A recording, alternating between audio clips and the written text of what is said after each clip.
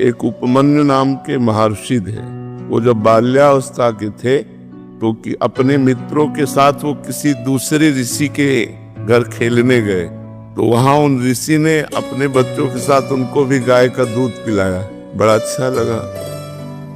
वो जो ऋषि गाय का दूध पिलाए वो उपरोहित कर्म करते थे, और ये जिनके पिता उपरोहित कर्म नहीं करते थे, ऐसे के पुत्र थे उपमन्यु जी। उपमन्यु जी घर आए और कहा हमें दूध पिलाइए।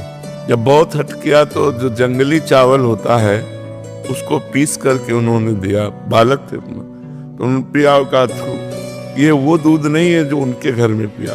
तो माँ ने डांट के कहा यदि तुम्हें दूध चाहिए तो भगवान शंकर की तपस्या करो और तप के द्वारा वरदान प्राप्त करो, क्षीर समुद्र का दूध पियो। तो उस समय उपमन्यु जी ने दाहिने पैर के अंगूठे के बल खड़े होकर हाथ उठा करके भगवान शिव का मंत्र जपे।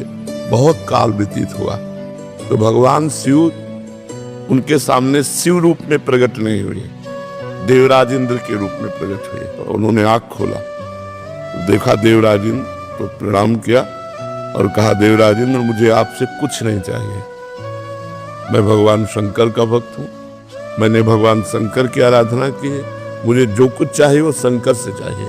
तो निंदा करने लगे, चिता की भस्म लगाते हैं, मुंडों की माला पहनते हैं न ऐसा।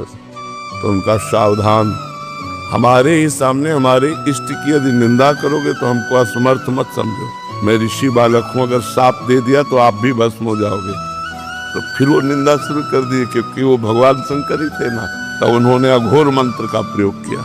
ये मंत्र सिद्ध हो जाए तो किसी के भी ऊपर मारण, मोहन, वशीकरण, उच्चाटन आदि का, इसे अघोर मंत्र कहते हैं। जे ही मंत्र को प्रहार किया जल लेकर के, तो नंदिकेश्वर ने जल को लोप लिया और कहा अपने इष्ट मंत्र से इष्ट पर ही प्रहार करते हो। तो देखा भगवान शंकर नंदिकेश्वर पे विराजमान, उमा सबसे पार्षद। तो उनका प्रभु ये क्या लीला थी?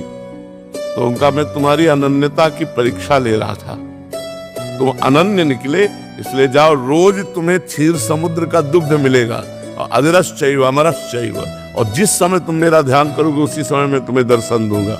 बहुत वरदान की झड़ी लगा दी। तो अनन्यता,